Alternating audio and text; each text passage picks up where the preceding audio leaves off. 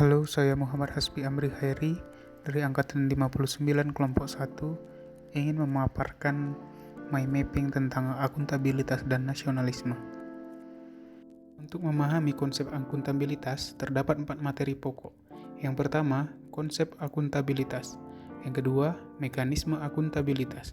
Yang ketiga, akuntabilitas dalam konteks. Yang keempat, menjadi PNS yang akuntabel. Pada konsep akuntabilitas terdiri dari aspek-aspek akuntabilitas, yaitu berorientasi pada hasil, adanya laporan, memerlukan konsekuensi, memperbaiki kinerja. Yang kedua, fungsi akuntabilitas, peran demokrasi, peran konstitusional, peran belajar.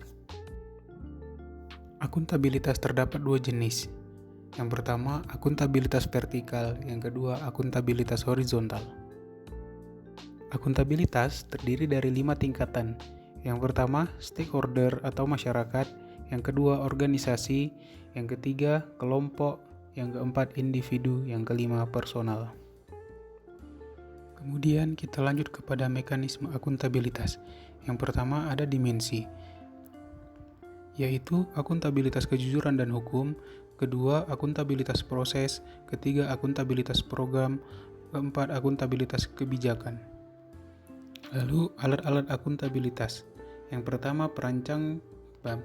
Lalu alat-alat akuntabilitas. Yang pertama perencanaan strategis, yang kedua kontrak kinerja, yang ketiga laporan kinerja. Ciptakan lingkungan kerja yang akuntabel.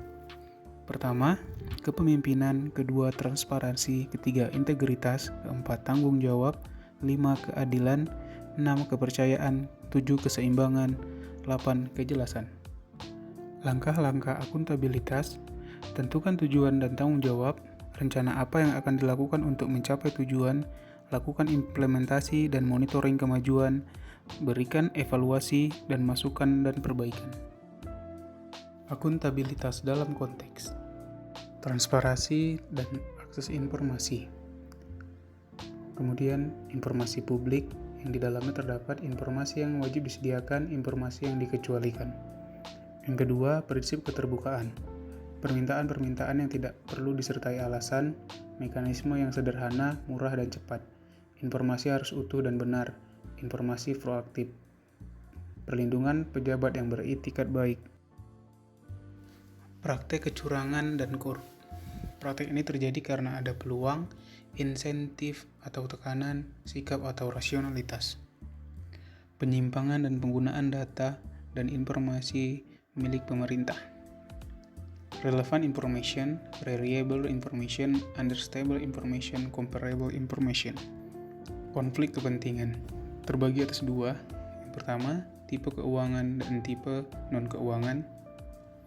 Kemudian, tugas publik dengan kepentingan pribadi, proporsionalitas, presence of mind, dan janji. Kemudian, penggunaan sumber daya milik negara. Yang pertama, prosedur yang berlaku. Yang kedua, bertanggung jawab dan efisien. Yang ketiga, pemeliharaan fasilitas secara benar dan bertanggung jawab.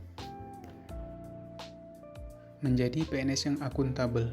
PNS yang akuntabel adalah PNS yang mampu mengambil pilihan yang tepat ketika terjadi konflik kepentingan, tidak terlibat dalam politik praktis, melayani warga secara adil dan konsisten dalam menjalankan tugas dan fungsinya.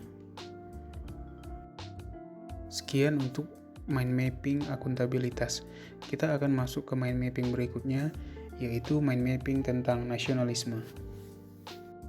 Nasionalisme secara umum dapat diartikan suatu sikap politik dari masyarakat suatu bangsa yang mempunyai kesamaan kebudayaan dan wilayah serta kesamaan cita-cita dan tujuan. Dengan demikian, masyarakat suatu bangsa tersebut merasakan adanya kesetiaan yang mendalam terhadap bangsa itu sendiri.